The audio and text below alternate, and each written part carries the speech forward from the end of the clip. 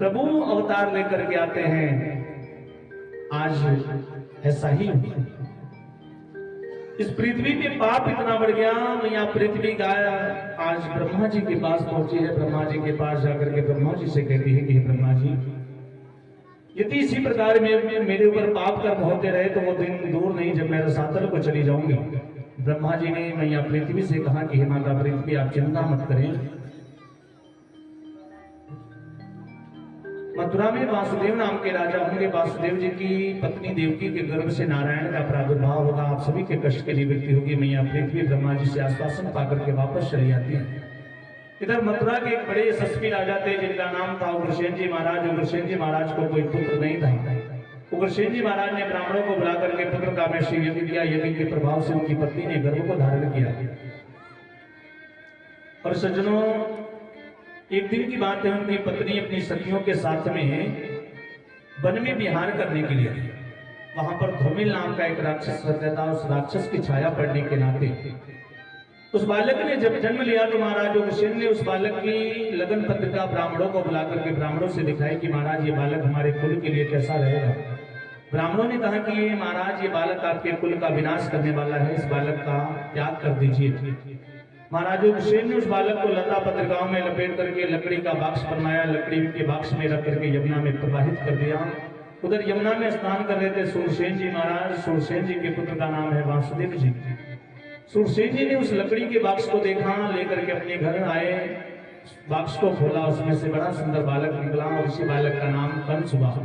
सो कंस भी वासुदेव जी के साथ में पलने लगा। कंस जब बड़ा हुआ तो एक दिन नारद जी ने आकर के कंस से कहा कि कंस, तुम सूरसेन के पुत्र नहीं बल्कि मथुरा के महाराज उग्रसेन के पुत्र हो।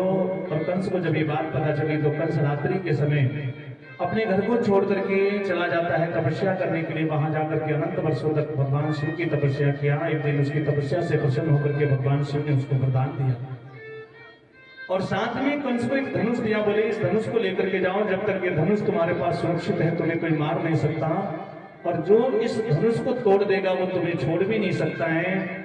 कंस आने के बाद बड़े बड़े राक्षसों को अपनी सेना में सम्मिलित करता है। अघासुर, बकासुर, व्योमासुर, अधिष्ठासुर, नैनी, केसी, बड़े बड़े राक्षसों को मिलाकर के एक बहुत भारी फौज तैयार की और आज मथुरा पे आक्रमण कर देता है। उस समय मथुरा में उग्रसेन जी महाराज ब्राह्मणों के साथ बैठ करके यज्ञ कर रहे थे। कंस ने जाकर के यज्ञ को बीच में ही रोक दिया। सभी ब्राह्मणों को मारपीट करके वहां से भगा दिया। उग्रसेन जी ने कंस को डांट करके कहा, कंस क्या करते हो, ब्राह्मणों से क्षमा याचना करो, ब्राह्मणों से प्रार्थना करो। कंस ने कहा अभी बताता हूं। कंस बिल्कुल बदल गया सज्जनों।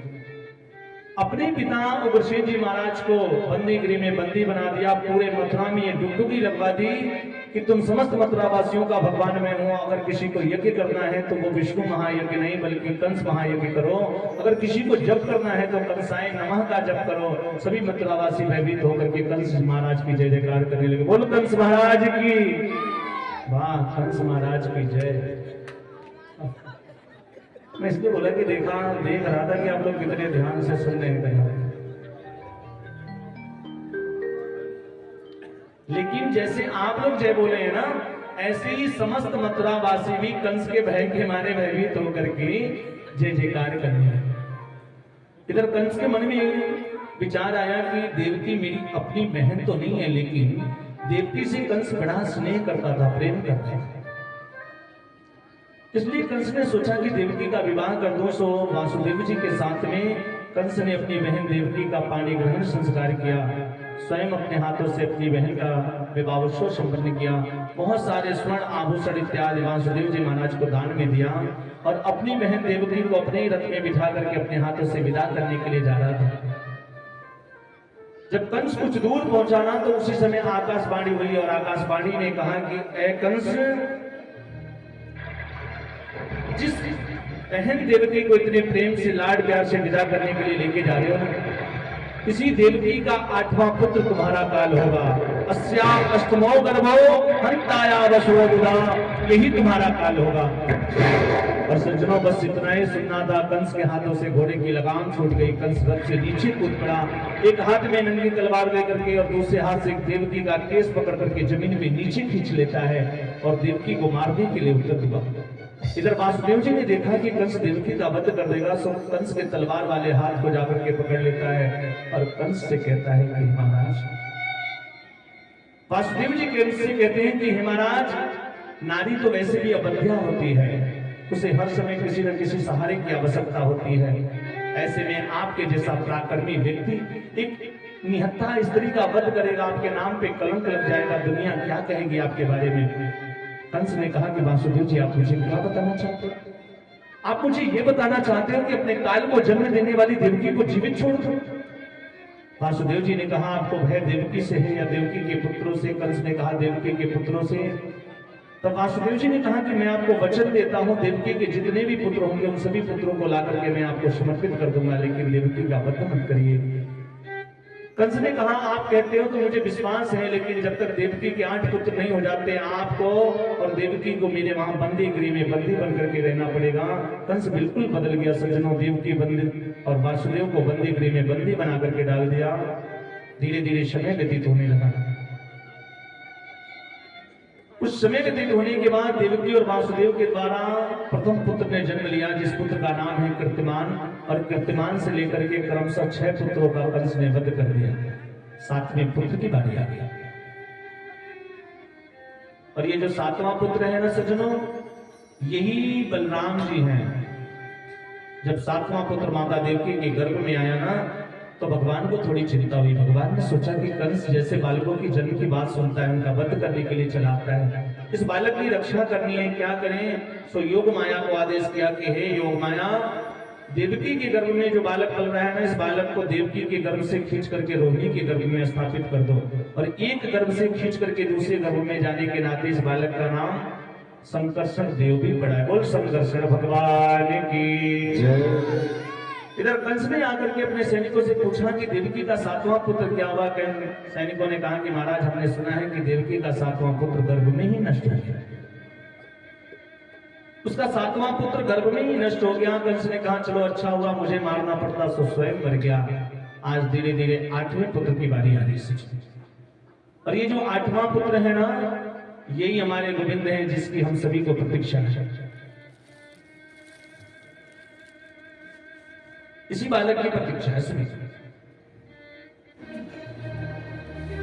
माता देवकी के गर्भ में जब 8वां पुत्र आया, तो योग माया ने आकर के ब्रह्मा जी से कहा कि हे ब्रह्मा जी, आज पूरे ब्रज की कमान मेरे हाथों में दे दो। धीरे धीरे वो सुंदर सा समय आ रहा है, भादों का महीना, अष्टमी तिथि, कृष्ण पक्ष, बुधवार दिन, रोहिणी नक्षत्र, रात्रि के ठीक 12 बजे। इधर कंस ने हजारों सैनिकों की व्यवस्था किया है कि अगर मेरा काल जन्म लेते भागने लगे तो आप लोग उसको पकड़ लेना। लेकिन पूरी ब्रजमंडल पे आज योग माया का पहरा है, सभी सैनिक गहरी नींद में सो रहे हैं। मध्य रात्रि का समय है, मंद मंद बारिश हो रही है, भादों की अंधियारी रात है, कृष्ण पक्ष का मंद मंद बारिश हो रही है, रात्रि के निश्चय बोल रहे हैं। और उसी समय मेरे ठाकुर जी का प्राकट्य हो रहा है। बोल बाल कृष्ण भगवान की जय। आज देवकी और वासुदेव का कारागृह देखते देखते प्रकाश से प्रकाशित होने लगा। मैया देवकी भगवान को बार बार निहारे। भगवान चतुर्भुज रूप धारण करके बड़ा सुंदर स्वरूप धारण किया है। गले में वैजंती की माला सुशोभित हो रही है, हाथ में शंख चक्र गदा पद्म धारण इत्यादि धारण किए हुए हैं। मैया ने पूछा कि आप कौन है? भगवान ने कहा कि मैं आपका पुत्र हूँ। माँ देवकी रुदन करने लगी और कहती है कि कहने के लिए तो मैं 7 पुत्रों की माँ हो गई, लेकिन मेरी ममता आज तक तरसती रही कि मैं अपने पुत्र को अपनी गोद में लेकर के थोड़ा लाड करूं, और आप भी आए हो तो इतने बड़े बन करके आए हो कि मैं आपको अपनी गोद में नहीं ले सकता। भगवान ने कहा कि माँ, अगर मैं छोटा हो गया ना तो मैं आप लोगों की रक्षा कंस से नहीं कर पाऊंगा, अभी तो मेरी रक्षा आपको करनी पड़ेगी। वासुदेव जी ने कहा, मैं आपकी रक्षा कैसे कर सकते हैं? हमारे हाथों में तो हथकड़ियां लगी हैं, पैरों में बेड़ियां लगी हैं, हम भला आपकी रक्षा कैसे कर पाएंगे? भगवान ने वासुदेव जी से कहा कि हे वासुदेव जी, व्यक्ति ये जीव आत्मा जब मेरी तरफ आगे बढ़ता है ना, तो मैं उसके जीवन के जितने भी बंधन हैं उन सभी बंधनों का नाश कर देता हूं, सभी बंधनों को काट देता हूं। आपने देखा होगा पहले जो रामायण की पुस्तक आती थी ना, तो पहले पृष्ठ पे भगवान के चरण बने रहते थे और उन चरणों में बहुत सारे अस्त्र शस्त्र बने हुए। पता है क्यों बनाया गया है? क्योंकि जब हम भगवान के चरणों का बार बार चिंतन करते हैं ना, तो ये संसार रूपी जितने भी बंधन हैं, भगवान उन शस्त्रों से उन बंधनों को काट देते हैं, माया के बंधनों को काट देते हैं। भगवान ने वासुदेव जी से कहा कि जीवात्मा जब मेरी तरफ आगे बढ़ता है तो मैं उसके सारे बंधनों को समाप्त कर देता हूँ। आप एक काम करिए, यहाँ से थोड़ी दूर पर गोकुल में नंद जी की भार्या ने एक बड़ी सुंदर कन्या को जन्म दिया है, आप मुझे ले जाकर के वहां रख दीजिए और वहां से उस कन्या को लेकर के यहाँ मथुरा में आ जाइए।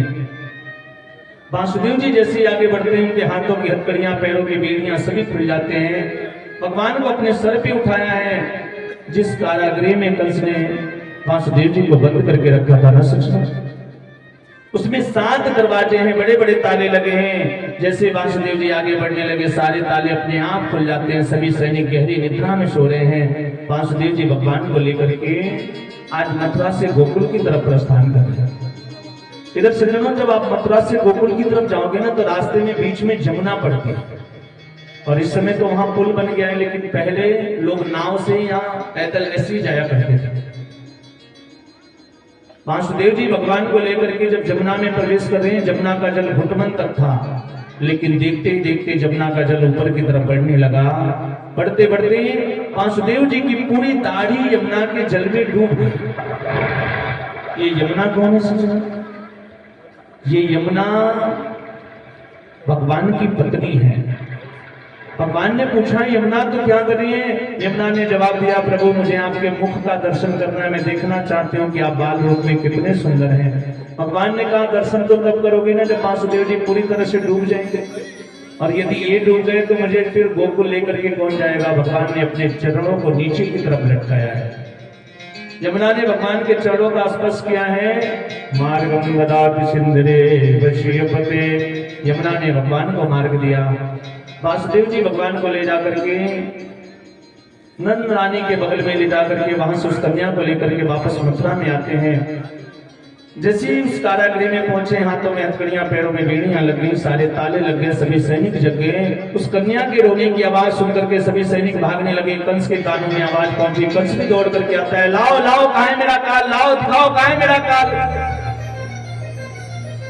देवकी रो रही है और कहती है कि भैया ये कन्या भला आपका क्या काल हो सकती है, इसको तो छोड़ दीजिए, आपको क्या मारेगी?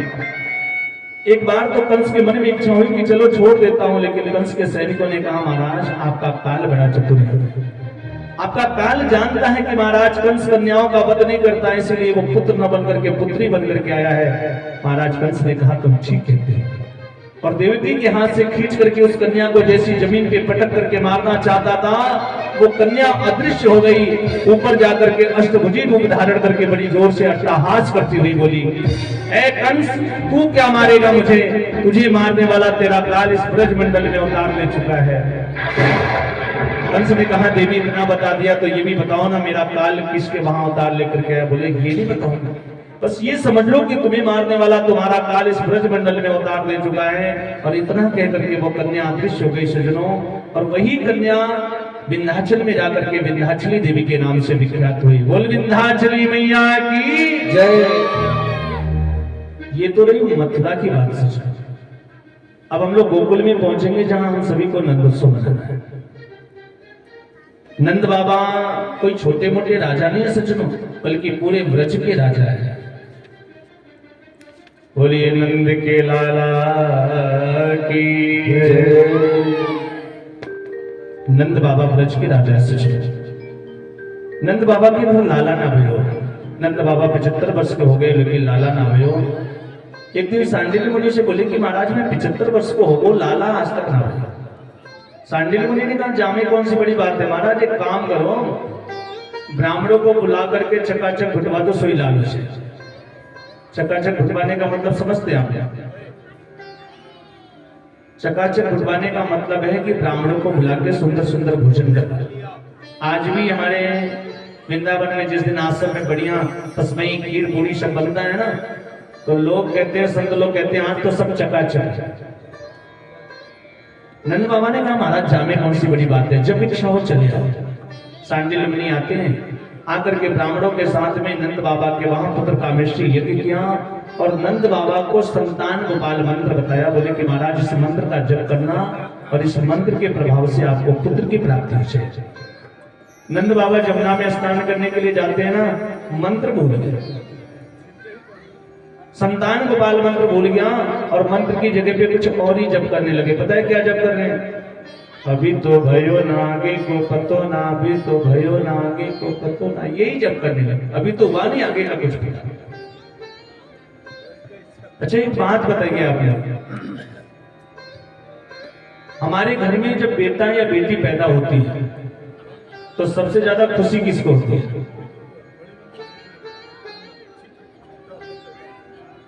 जब हमारे घर में बेटा या बेटी पैदा होती है तो सबसे ज्यादा खुशी किसको होती है? भैया से पूछिए, यही बताएंगे। और अगर गलत आंसर दिया ना तो 1000 रुपया फाइन लगाऊंगा। घर में बेटा या बेटी पैदा होती है तो सबसे ज्यादा खुशी किसको होती है? आपको, दादा को बताएं। ये दुर्गेश भैया आप बताइए, घर में बेटा बेटी पैदा होगा तो सबसे ज्यादा खुशी किसको होती है? मम्मी को, पापा को, दादा को, दादी को? मैं ये पूछ रहा हूँ। पापा को 1000 आप और 1000 आप, 2000 रुपया हो गया। चलो एक दो लोग ऐसे और मिल रहे हैं तो वृंदावन जाने का किराए की व्यवस्था हो जाए। भाभी जी भी कुछ बताने जा रही है, बताइए, आप ही बताइए। ठीक है, 1000 आपका भी हो गया। माँ को अब 1500 हो गया। एक बार जोर से जयकारा लगाइए, मैं बताता हूँ किसको। बोल वृंदावन बिहारी लाल की जय। सबसे ज्यादा खुशी बुआ लोगों को होती है क्योंकि कुछ लेना रहता है। नंद बाबा की भी 2 बहनें, एक का नाम है नंदा, दूसरी का नाम है सुनंदा। जब इनको पता चला कि नंद रानी को, भाभी को बेटा होने वाला है तो 3 महीना पहले से आके खूब सेवा कर रही है। पता है क्यों? इनकी नजर नंद रानी के गले में जो 9 लखा हार है ना, इसी पे। तो भाभी को अगर बेटा हो गया ना तो 9 लखा हार पक्का। आज सुबह सुबह का समय सच में सुनंदा ने सोचा रोज भाभी जल्दी उठ जाती थी, आज तो इतना देर हो गया, क्यों अभी तक सो रही है? चलो चल करके देखती हूँ। जैसे ही नंद रानी के महल का दरवाजा खोला, देखती क्या है कि भाभी के बगल में एक छोटा सा बालक लेटा है, लेकिन उस बालक के ऊपर ना बिल्कुल पतली सी झीनी झीनी सी चादर पड़ी थी। तो दूर से पता नहीं लग रहा था वो लाला है कि लाली है। सुनंदा ने जैसे देखा ना, एक सांस में 21 बार भगवान का नाम लिया, हरि शरणम हरि शरणम हरि शरणम। हे भगवान, आपकी कृपा से भाभी के बगल में जो लेटा है ना, ये लाला ही हो, क्योंकि अगर गलती से कहीं लाली हो गई ना तो नेक कैंसिल हो जाएगा। और होता भी ऐसा है, अगर किसी के घर बेटा पैदा हो जाए तो खूब महंगी वाली मिठाई मंगाएंगे, पूरे गांव में बैठाएंगे, लोग कहेंगे उनके यहाँ जाए कि नहीं। 6 महीना से उनके यहाँ से बोला चली नहीं खेला, उनके यहाँ दिया जाए कि ना, बांट दो बेटा भेजवा, मन करी खइया चाहे फेंकते भेज दो। और गलती से कहीं अगर बेटी हो गई, ऐसे मुंह लटका के बैठेंगे, बगल वाले को भी नहीं पता चले। और कहीं आपने जबरदस्ती जाके पूछ लिया, भैया गए थे आप लोग, क्या हुआ? पता है क्या कहें? अरे 2 जनी पहले से रही बोली आफत कहां से। बेटा पैदा होगा ना तो ऑर्केस्ट्रा करवाएंगे, बैंड बाजा बजवाएंगे। और बेटी पैदा हो गई तो महाराज सत्यनारायण भगवान की कथा माशा कौन कर बोलोगे? पता है कि नहीं? लेकिन मैं आप लोग को एक बात बताऊं, एक बात बताऊं आप लोग को, बिल्कुल फिक्स बात बता रहा हूं। उत्सव तो हम लोग मनाएंगे, 5 मिनट का समय लूंगा आप लोगों से। इस संसार में सज्जनों बेटा भाग्य से पैदा होता है, बेटा भाग्य से पैदा होता है, लेकिन बेटियां सौभाग्य से पैदा हुआ करती हैं।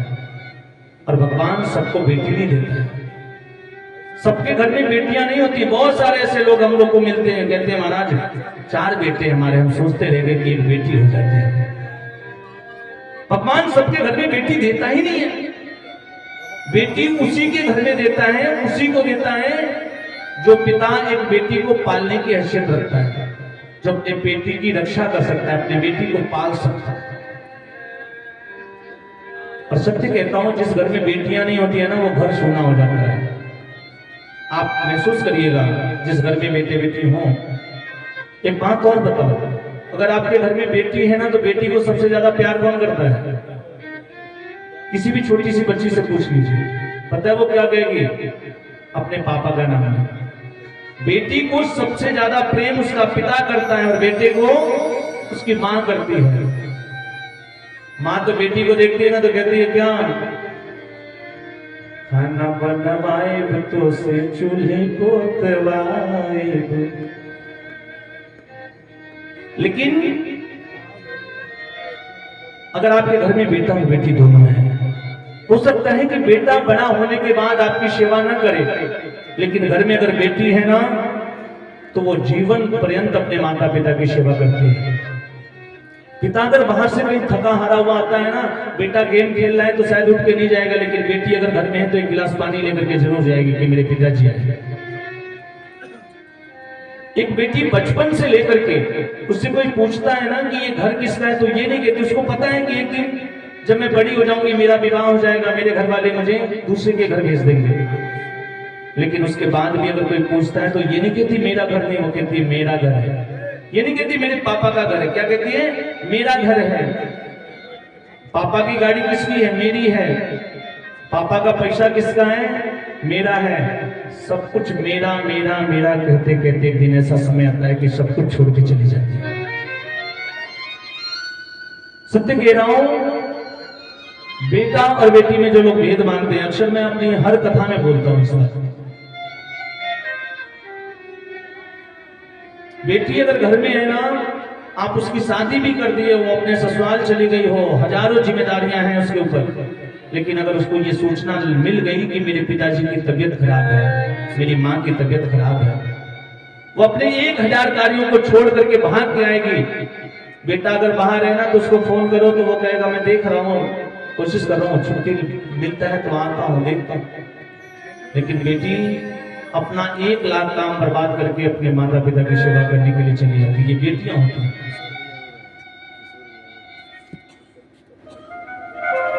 और देखिए, मैं ये बात किसी को रुलाने के लिए नहीं कह रहा हूं, कोई भी अपने दिल पे ना ले ये बात। हमारे जो किशोर भैया हैं, भगवान ने इनको भी एक बेटी दिया है, अभी मात्र 2.5-3 साल की है, और वो रोज वीडियो कॉल पे बात करते हैं। आज भी कह रही थी कब आओगे, ये बोले 2-3 दिन, तो बोले 2-3 दिन के बाद आओगे, आज क्यों नहीं आओगे? तो थोड़े उदास हो गए। लेकिन मैं आपको बता रहा हूं कि बेटा भाग्य से पैदा होता है और बेटियां सौभाग्य से पैदा होती हैं। सज्जनों, हर माँ की कोई ना कोई बेटी होती है, और बेटी का जो अस्तित्व है ना, जब वो छोटी रहती है, हर पिता सोचता है कि अपनी बेटी को सुंदर सा घुंघरू पहनाऊंगा, पायल पहनाऊंगा, और वो पहन करके जब अपने घर के आंगन में चलती है ना, उस घुंघरू से जब आवाज निकलती है और पिता के कानों में टकराती है, उस पिता को जो खुशी मिलती है सज्जनों, वो व्यक्त नहीं किया जा सकता। इन बेटियों के लिए 2 शब्द कहूंगा, अच्छा लगेगा तो सभी लोग समर्थन करिएगा आप लोग।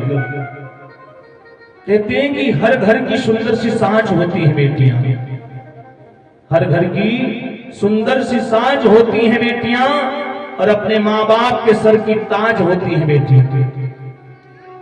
अपने माँ बाप के सर की ताज होती हैं बेटियां। एक कुल खानदान को संभालने में परेशान रहते हैं हम लड़के, एक कुल खानदान को संभालने में परेशान रहते हैं हम लड़के, और 2-2 कुल खानदान को संभालती हैं बेटियां, 2-2 कुल खानदान को संभालती हैं बेटियां। ये बेटियों की बात है।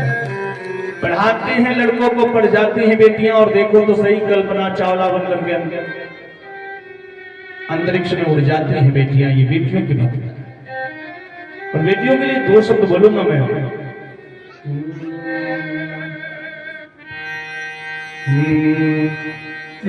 बेटियों को बाबा ये मिलती सजा है,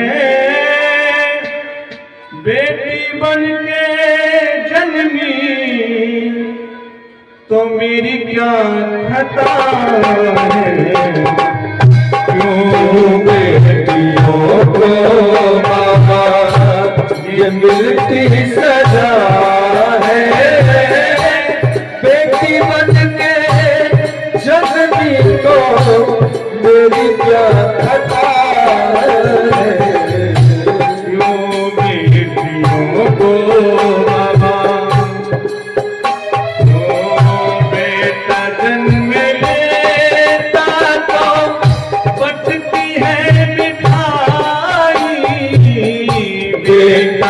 जन्म लेता है तो बचती है मिठाई, बेटी जन्म लेती तो आती है रुलाई, बेटी जन्म लेती है तो आती है रुलाई, बेटी है घर की लक्ष्मी। ओ बेटी है घर की लक्ष्मी, ये सबको पता है। बेटी बन के जन्मी तो मेरी क्या खता है, क्यों बेटियों को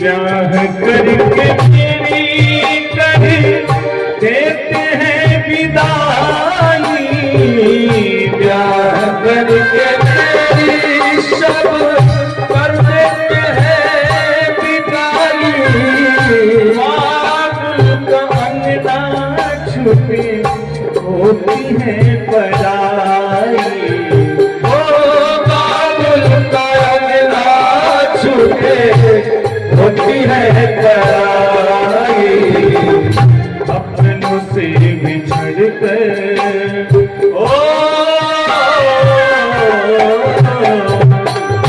अपनों से बिछड़ कर दिल मेरा तड़पता है।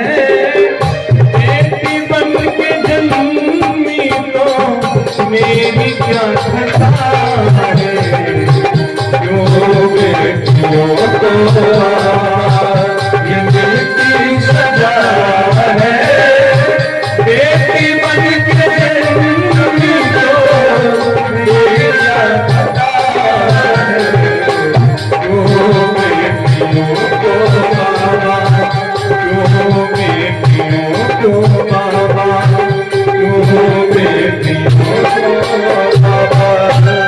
बोल राधे कृष्ण भगवान की जय। सजनों, सुनंदा ने 21 बार भगवान का नाम लिया और जैसे जाकर के चादर को हटाया ना, देखिए कि भाभी के बगल में लाला सोता है। खुशी के मारे नाचने लगी, दौड़ते दौड़ते गई नंद बाबा के पास, भैया भैया भैया। नंद बाबा ने कहा बताया कि भाग्यवान हुआ क्या है, क्यों चिल्ला रही है। सुनंदा ने कहा भैया आपने जो ब्राह्मण जिवाए, आपने जो यज्ञ की हुआ को फल परमात्मा ने दिया, आपको लाला भयो है। जैसे ही नंद बाबा को ये बात पता चली ना, नंद बाबा अपने गले में जो मोती की माला पहने थे ना, तुरंत सुनंदा को दे दी। आज जमुना में 108 डुबकी लगाई है, बड़ा सुंदर श्रृंगार किया नंद बाबा ने, बगलबंदी पहना, सर पे टोपी पगड़ी बांधी है, माथे पे थापक हुआ चंदन लगाया है, हाथ में लाठी लिया, आंखों में काजल लगाया और ब्रजवासियों से कहते लाइयो छोरा दर्पण देखो तो सही, आज मैं दूल्हा लगता हूँ कि नहीं लगता। बिल्कुल दूल्हे की तरह श्रृंगार किया। नंद बाबा ने जाकर के समस्त ब्रजवासी भाइयों को सूचना दिया कि आज लाला भयो है। धीरे धीरे ये समाचार पूरे ब्रज में फैल गया। शिक्षण आज जितने भी ब्रज के लोग हैं, ब्रजवासी लोग हैं, जो माताएं हैं, जो युवतियां हैं, जो गोपवाल हैं, सभी लोग सुंदर सुंदर श्रृंगार कर रहे हैं। पूरे ब्रज की जितनी भी माताएं थी ना, सबने आज 16 प्रकार का श्रृंगार किया। माताओं का श्रृंगार कितना होता है? 16। तो 16 श्रृंगार का नाम किसी को पता है? कहते हैं ना, 16 श्रृंगार हुआ है, गौरा क्या है बाकी। सबने 16 प्रकार का श्रृंगार किया। कभी समय मिलेगा तो बताऊंगा। आज उन श्रृंगार करने वाली माताओं में एक बुढ़िया मैया थी जो 90 बरस की थी, और उस बुढ़िया मैया की आंखों से दिखाई कम देता था। उसको जब पता चला था कि नंद को लाला भया है, तो आज बुढ़िया मैया ने भी अपने शादी के समय का जोड़ा निकाला। बोले आज नहीं सजूंगी तो कब सजूंगी। बिल्कुल 16 श्रृंगार करी, खूब सुंदर श्रृंगार की। लेकिन सजनों श्रृंगार करने में थोड़ी सी कमी हो गई, आंखों से दिखाई कम देता है उसके, इसलिए आंखों में लगाने वाली चीज को अपनी होठों पे लगा लिया और होठ पे लगाने वाली चीज को आंखों में लगा लिया। बढ़िया श्रृंगार की, मुंह में दांत भी नहीं है बुढ़िया मैया की। और इधर सभी ब्रजवासी लोग बड़े से परात में माखन मिश्री मिला करके 500-500 ग्राम का गोला बना करके एक दूसरे के ऊपर फेंक रहे हैं, सभी उत्सव मना रहे हैं। उसी भीड़ में वो बुढ़िया मैया पहुंच गई और जाकर के चिल्लाने लगी, चूरे ब्रजवासी काहे का हल्ला मचा रहे हो। इतने में एक ब्रजवासी ने माखन का गोला फेंका और सीधे बुढ़िया मैया के मुंह के पास आया। अब दांत रहता तो गोला बाहर हो जाता, दांत भी नहीं है, तो गपाक से वो गोला बुढ़िया मैया के मुंह के अंदर चला गया। बुढ़िया मैया ने जोर से जीभ चटकाया, फिर बोलती है, चूरे ब्रजवासी काहे का हल्ला मचा रहे। ब्रजवासियों ने कहा, अरे बुढ़िया मैया थारो मुंह तो मीठू होगा और ये बात अभी भी पता ना चलो कि काय बात का हल्ला हो रहा है। नंद को लाला भयो है। आज सभी ब्रजवासी, सभी बाल गोपिकाएं, सभी लोग जाकर के मां जसोदा के महल के पास मैया को बधाई दे रही है। बधाई हो, आप लोग भी कहो ना बधाई हो, बधाई हो, बधाई हो, बधाई हो। काय बात की बधाई हो? अभी आप लोगों ने मुझे बधाई दिया है ना, किस बात की बधाई है? यशोदा को लाल भयो है, बधाई हो। आज सभी वनवासी जाकर के मां यशोदा के पास बधाई दे रहे हैं। और सज्जनों देखिए, इसके थोड़ा सा आधा नोट। हमारी ये पूर्वांचल की परंपरा है सज्जनों, हर चीज का एक समय बनाया गया है। फागुन का महीना आता है ना तो लोग फगुआ गाते हैं, सावन में सावनी गाते हैं, चैत में चैता गाते हैं, लेकिन सोहर खातिर कोनो समय नहीं के बनाओ। थोड़ा बंद कर दीजिए, जब बोलूंगा गाना होगा तो बोले कि जब पे लड़का हो जाए तब पे सोहर गवावे लगे। सोहर के कोनो समय नहीं के बनाओ। सोहर के लिए कोई समय का बाउंडेशन नहीं है, लेकिन सोहर के लिए एक बाउंडेशन है। पता है क्या? पूछिए आप लोग तो बताऊंगा। सोहर के लिए एक बाउंडेशन है।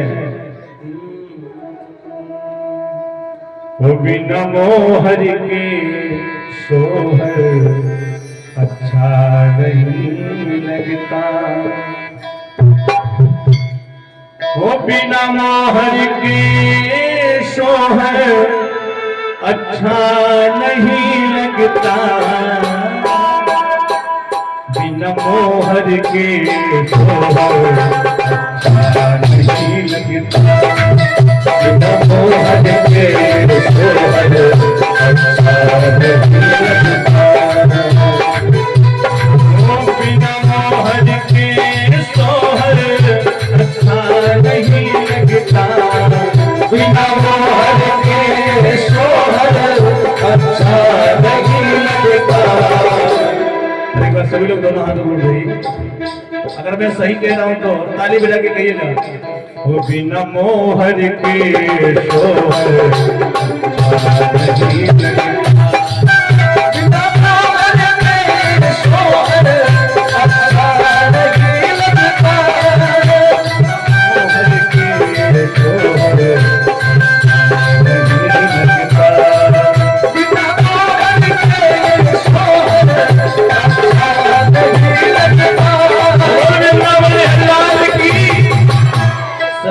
सोहर नहीं है, सोहर की महत्वता बता रहा था मैं, ये सोहर थोड़ी ना।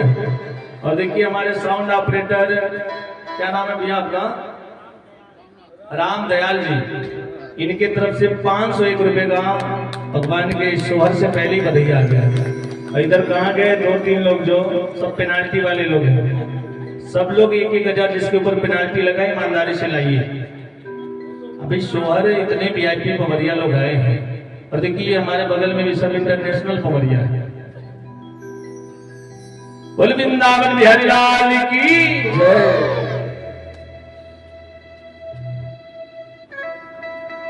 मैं हंसनी कर रहा हूं भाई, मोहर आना चाहिए। और आज हमारे नंद बाबा कहाँ है? हमारे जजमान जी, यही नंद बाबा हैं। और सामने देखिए भाभी जी बैठी हैं। भाई जिसके घर बालक होता है उसकी खुशी कुछ ज्यादा ही रहती है।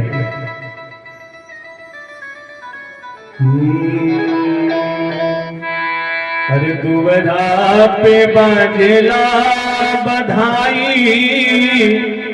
अंगनवा उठे सोहर हो।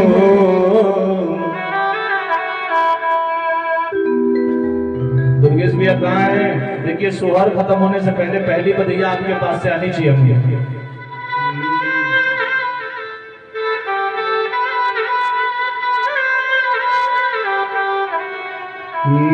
दुबरा पे बाजला बधाई, अंगनवा उठे सोहर हो।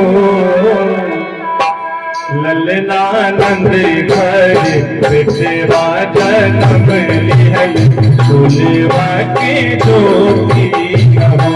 ललनानंद घर बेटवा जन्म लिहै, फूलवा के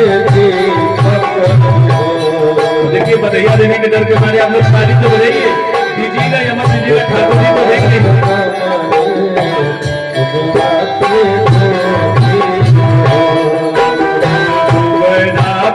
बजला बधाई, अंगनवा उठे सोहर हो। दुबरा पे बजला बधाई, अंगनवा उठे सोहर हो। ललनानंद घर बेटवा जन्म लिहै, फूलवा की ज्योति हो। ललनानंद घर बेटवा जन्म लिहै, फूलवा की ज्योति हो।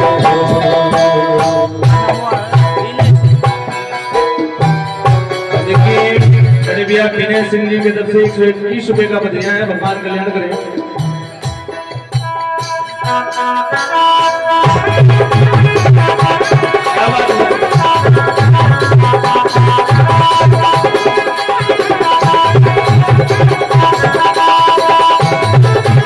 देखिए छोटी सी बिटिया, क्या नाम है इसका? आदिति। आदिति बिटिया की तरफ से 501 रुपए का बधाई आया है। हनुमंत लाल जी महाराज की कृपा हो, परिवार में मंगल हो। 1000 का बधाई।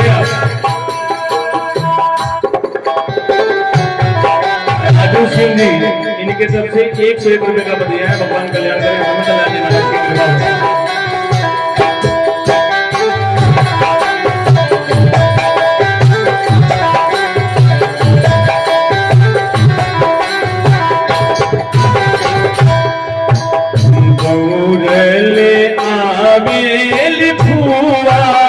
गोदिया उठावेली, गोदिया उठावेली,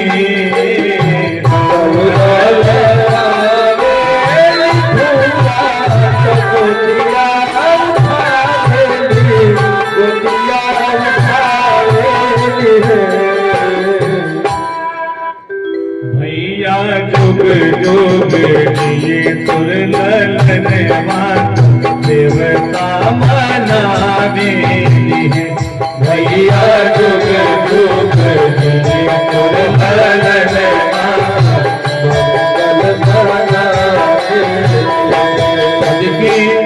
दुर्गेश प्रताप सिंह जी की मामा जी की तरफ से 201 रुपए का बधाई है। भगवान कल्याण करें। ये धन जिस भी खजाने से आया है, दिन दुगुना रात चौगुना होकर के वापस हो जाए।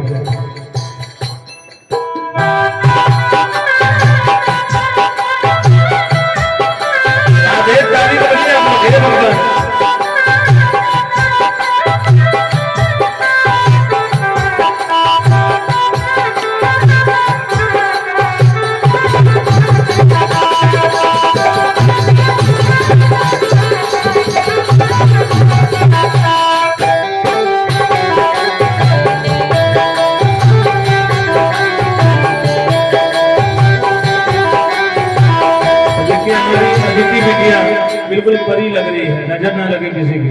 एक बार जोरदार ताली बजाइए आप लोग इसके लिए।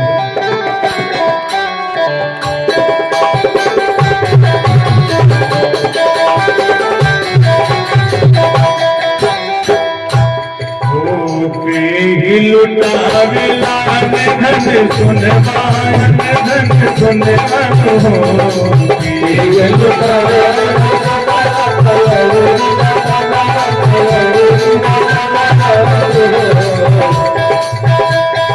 देखिए हमारे इस यज्ञ के मुख्य जजमान श्री जितेंद्र प्रताप सिंह जी की तरफ से 2100 रुपए का बधाइयां एक बार जोरदार ताली बजाइए। ठाकुर जी के चरणों में हनुमंत लाल जी महाराज की कृपा हो, परिवार में मंगल हो।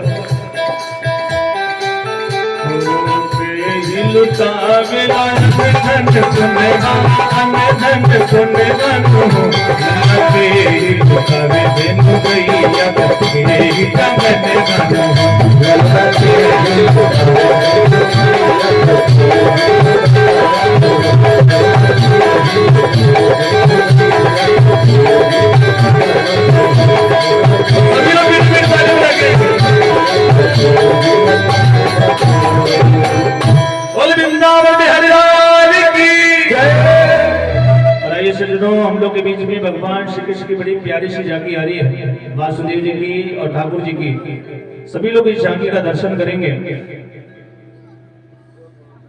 उसके बाद ठाकुर जी के आने के बाद हम लोग बधैया करेंगे। दुर्गेश भैया जरा ऊपर आइए, यहाँ पे इधर से आइए, सामने से।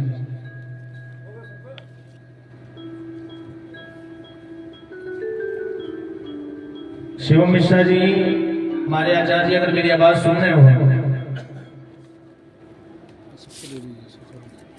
रहे हैं सभी लोगों को दे दीजिए। नहीं वो तो हम दे रहे हैं, अरे हम दे रहे हैं। बोल वृंदावन बिहारी लाल की जय। रिकॉर्डिंग आइए, जब तक झांकी आ रही है एक छोटा सा सोहर हमारे वैभव जी से। अच्छा देखिए, एक बार सभी लोग खड़े हो जाइए। शिव जी 5 मिनट रोक दीजिएगा।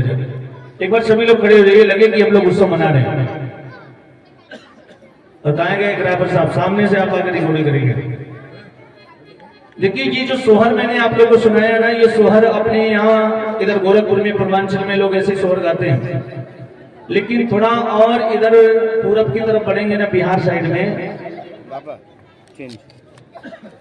तो बिहार में लोग सोहर थोड़ा अलग तरीके से गाते हैं। और देखिए मैं बिहार में कैसे सोहर गाया जाता है, उस सोहर की झलक आप लोगों को बता रहा हूँ। वहीं पे दे रहा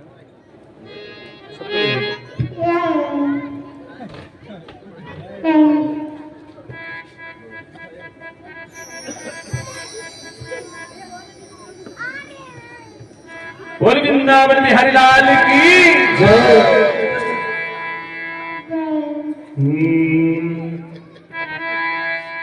ओहो, आदिश्री फिर से बोलो बेटा, राधे राधे बोलो।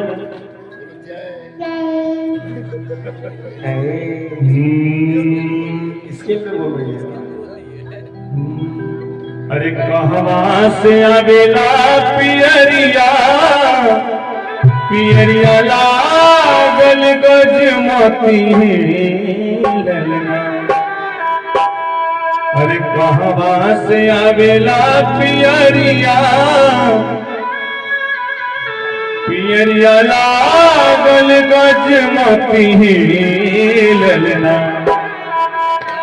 और सभी लोग ताली बजा के, जिसको नहीं नाचना आता होगा ना, अपनी जगह पे खड़े खड़े घूम लेंगे। जैसे मंदिर में हम लोग परिक्रमा करते हैं ना, ऐसे घूम जाइएगा अपनी जगह पे। अरे कहवा से आवेला पियरिया, पियरिया लागल गजमती ललना। ललना कहवा से आवे लाठी मोरवा से मोरवा भर प्रेम मुझे। ललना कहवा से आवे लाठी मोरवा से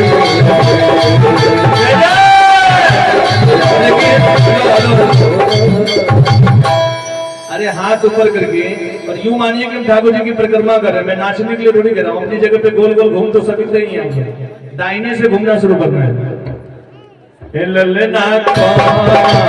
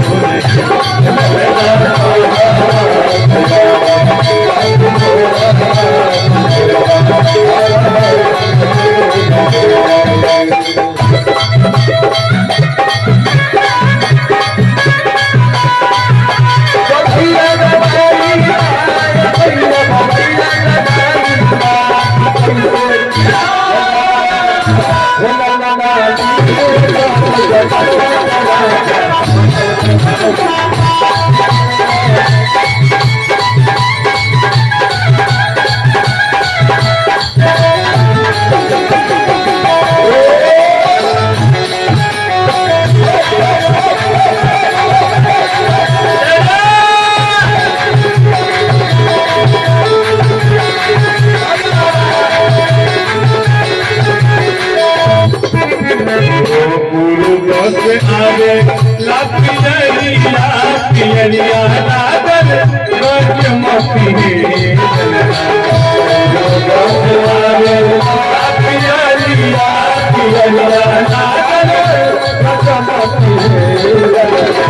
अच्छा ये बताइए, मैं आपको एक बात बता रहा हूँ, नाचना तो हर व्यक्ति को पड़ता है सज्जनों। या तो वो भगवान के दरबार में नाच ले, और जो भगवान के दरबार में नहीं नाचता ना, भगवान उसको इस 84 में नचाना शुरू कर देता है। तो आप सोचिए 84 में नाचना बढ़िया है या भगवान के दरबार में नाचना बढ़िया है? कितने लोग तो बैंड बाजे में नाचते हैं ना तो पैर के एकदम अंगूठा फोड़ देते, और ठाकुर जी के सामने जो एक बार नाच लेता है ना, भगवान उसको इस संसार में कभी नाचने नहीं देता है। इसलिए अरे पूर्व से आगे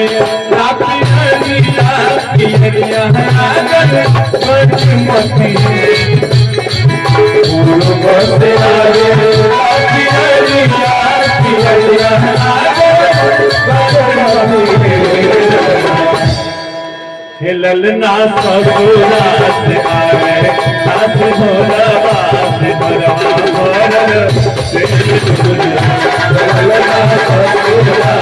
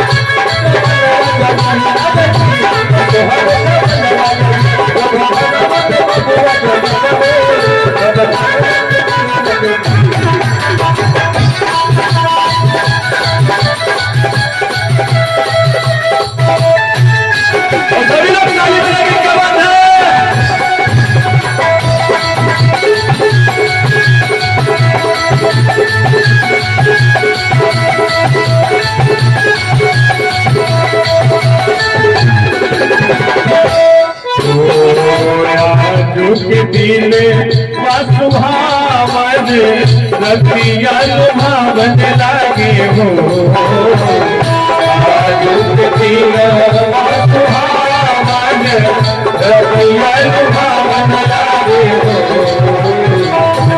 सुनिए भैया, इन बच्चों को पीछे करिए। माता जी लोग, इतने बड़े ग्राम सभा में कोई भगवान का ऐसा भक्त नहीं है।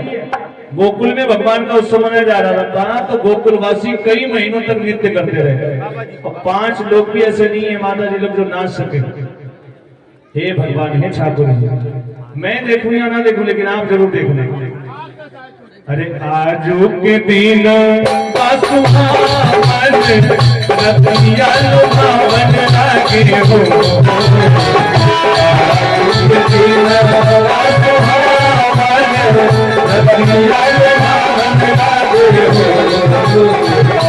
ललना लाल भैले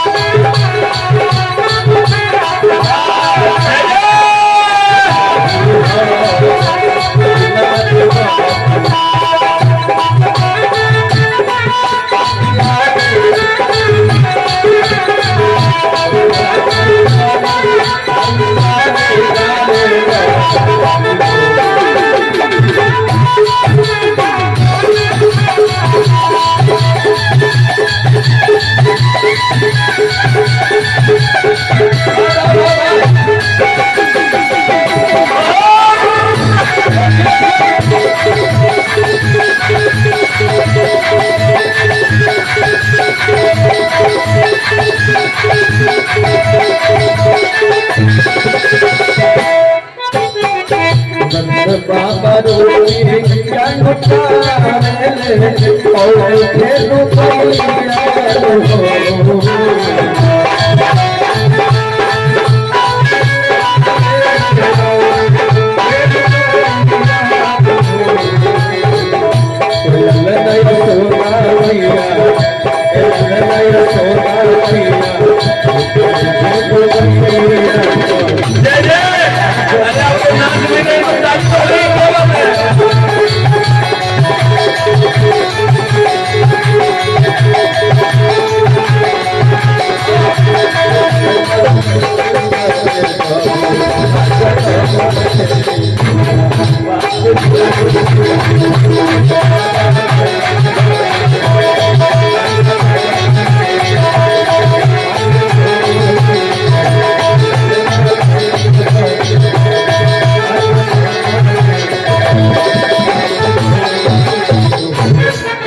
देखिए सभी लोग बैठ जाइए, पुनः पीछे पीछे होकर थोड़ा आगे जगह छोड़ करके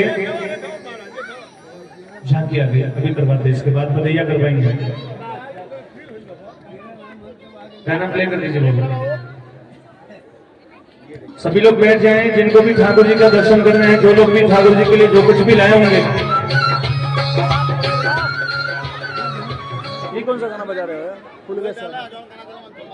फूल गए सारे ताले बजाओ। हाँ ठीक है, खोल के कभी अवतार लेकर राम का रावण को संहारे, कभी श्री श्याम बन करके पटक कर कंस को मारे, दसों गुरु वाले अवतार थे धारे, धर्म का लोप होकर जब पाप में संसार होता है, दुखी और दीन निर्बल का जब हाहाकार होता है, प्रभु के भक्तों पर जब घोर अत्याचार होता है, तभी संसार में भगवान का अवतार होता है।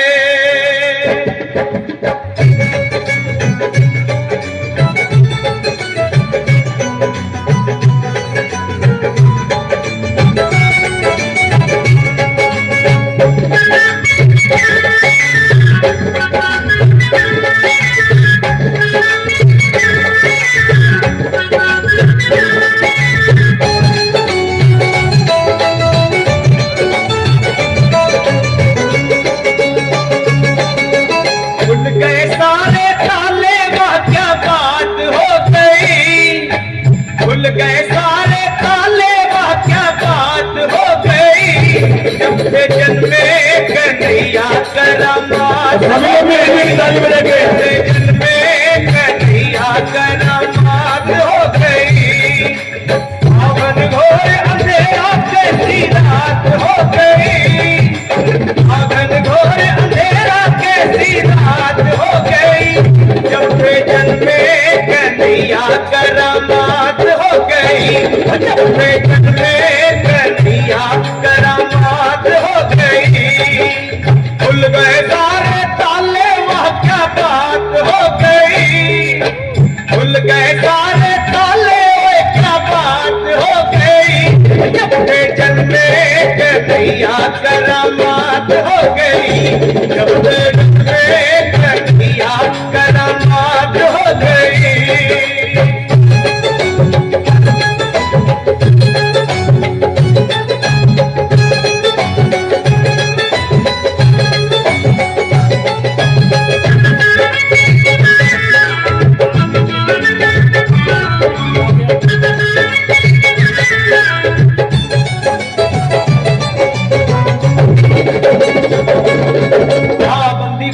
जन्म लिए काना, वो तो पर का जमाना पुराना, बंदे खाना जन्म लिए काना, पर का जमाना पुराना, ताले लगाना वो पहरे पे खाना, वो कंस का जुल्म ढाना, उस रात का दृश्य भयंकर था, उस कंस को मरने का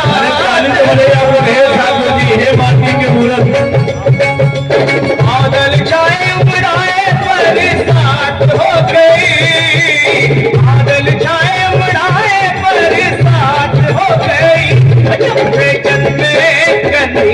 करामात हो गई, चौथे जन्मे कन्हैया करामात हो गई।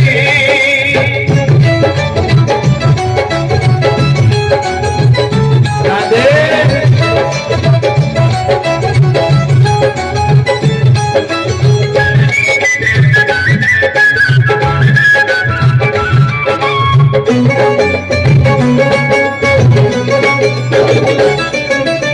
गए ताले सोए थे रखवाले थे, हाथों में बरछियां भाले। गए ताले सोए थे रखवाले थे, हाथों में बरछियां भाले।